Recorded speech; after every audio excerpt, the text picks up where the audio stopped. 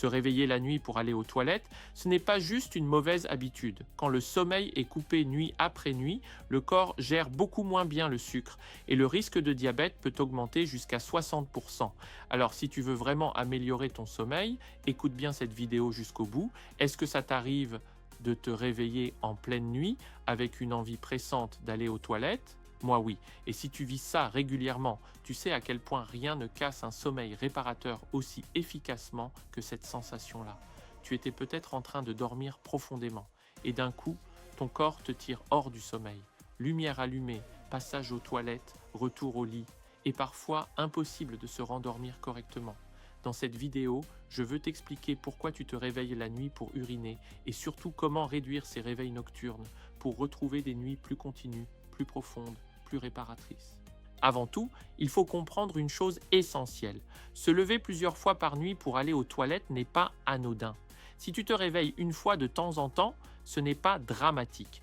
Mais si ça arrive plusieurs fois par nuit, plusieurs nuits par semaine, ton sommeil en souffre, forcément. Et quand le sommeil est perturbé, c'est tout le corps et tout le mental qui finissent par payer la facture. Je parle souvent du lien entre le manque de sommeil et la santé mentale, mais aussi la santé physique. Ici, ce lien est encore plus évident. Les réveils nocturnes répétés, quelle qu'en soit la cause, cassent la structure naturelle du sommeil. Ton corps est censé traverser plusieurs cycles par nuit avec différentes phases bien précises. Or, quand tu te réveilles sans cesse, ces cycles sont interrompus. Concrètement, cela signifie que tu peux ne jamais atteindre correctement le sommeil profond ni le sommeil paradoxal. Le sommeil profond est celui qui permet la réparation du corps, production d'hormones, réparation des tissus, récupération musculaire, mais aussi consolidation du système nerveux. Le sommeil paradoxal, lui, joue un rôle clé dans la régulation des émotions, de l'humeur, de la mémoire et de l'apprentissage. Donc plus tu te lèves la nuit pour uriner, plus tu risques de passer à côté de ces phases essentielles. Et même si tu passes 8 heures au lit, ton sommeil peut rester superficiel, fragmenté et peu réparateur. Tu te lèves alors fatigué, irritable, moins concentré, parfois même anxieux, sans trop comprendre pourquoi. On me pose souvent cette question. C'est normal de se lever combien de fois la nuit pour aller aux toilettes ? En général, se lever une fois par nuit peut être considéré comme relativement normal, surtout avec l'âge. Mais au-delà d'une fois, de manière régulière, il peut y avoir un facteur sous-jacent à comprendre. Alors pourquoi certaines personnes se lèvent-elles autant la nuit pour uriner ? Il y a plusieurs causes possibles. La première, souvent méconnue, c'est qu'il peut y avoir un trouble du sommeil. On pense souvent que c'est l'envie d'uriner qui réveille, mais parfois c'est l'inverse. Un sommeil de mauvaise qualité peut provoquer ces réveils et donner ensuite l'impression qu'on a envie d'aller aux toilettes. Normalement, quand on dort profondément, le corps libère une hormone qui diminue la production d'urine pendant la nuit. C'est un mécanisme naturel.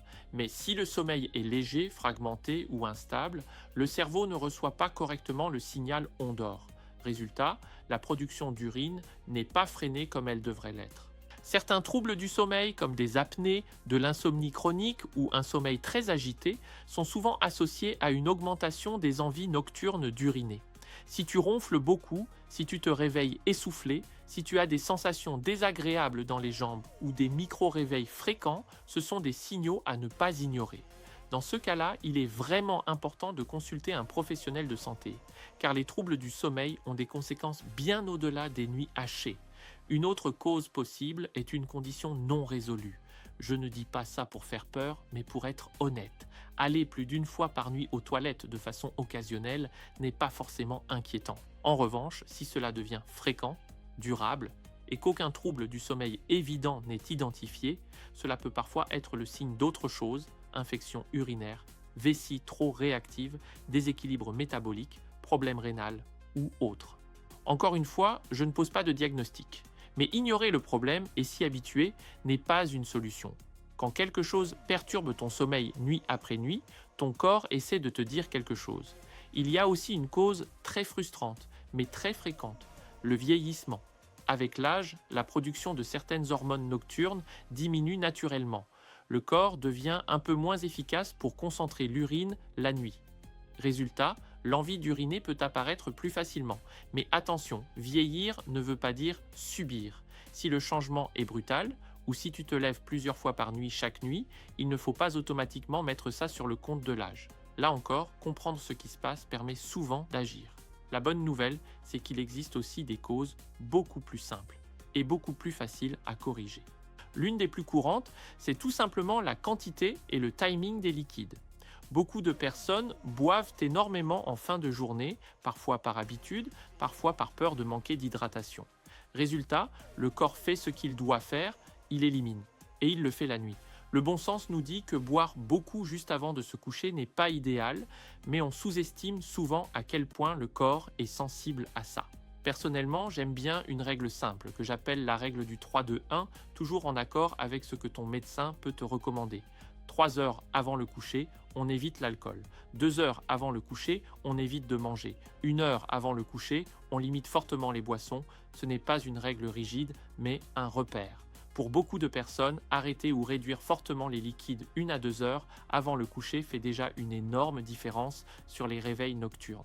Si tu as souvent soif le soir, ce n'est pas forcément que tu dois boire plus la nuit, c'est souvent le signe que tu ne bois pas assez dans la journée. L'idéal est de répartir l'hydratation plus tôt et si possible, de boire la majorité de tes apports avant la fin de la matinée ou le début de l'après-midi. L'hydratation est fondamentale. Trop peu boire fatigue le corps, augmente le stress, perturbe l'énergie, mais mal répartir l'eau peut aussi saboter le sommeil. L'objectif n'est pas de boire moins, mais de boire plus intelligemment. Enfin, certains aliments et stimulants peuvent irriter la vessie, surtout le soir. Caféine, chocolat, aliments très épicés, produits ultra transformés. Là encore, chacun réagit différemment, mais être attentif à ce que tu consommes en fin de journée peut déjà changer beaucoup de choses. Ce que je veux vraiment que tu retiennes, c'est ceci. Se réveiller la nuit pour uriner n'est pas une fatalité. Ce n'est pas juste comme ça.